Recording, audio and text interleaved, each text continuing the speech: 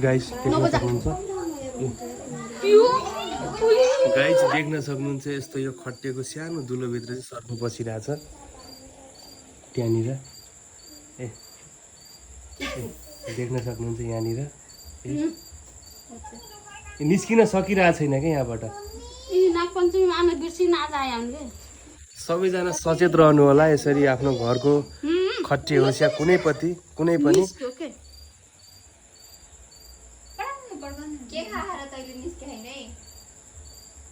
तेरो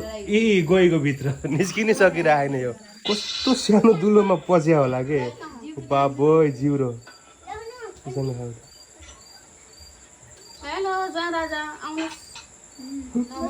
कति सानो दुलोमा पस्या होला के जिब्रो बाबो कत्रो जिब्रो यार टोक्ने साप हेर्नु कस्तो छ यो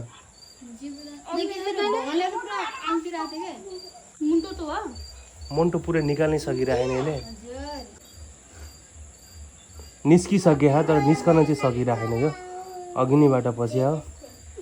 एउटा सानो दुलो छ तर त्यत्रो दुलोमा पनि कसरी पस्या होला के म त अचम्मै परे त हो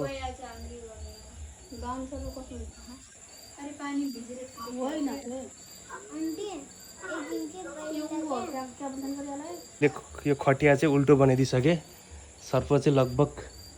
निस्किसकेको छ फेरि भित्र गयो त के गर्न खोजिरहेछ हो यो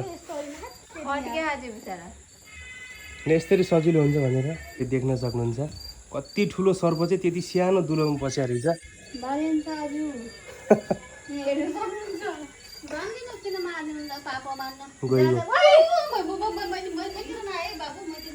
यति सानो दुलोमा त्यति ठुलो सर्प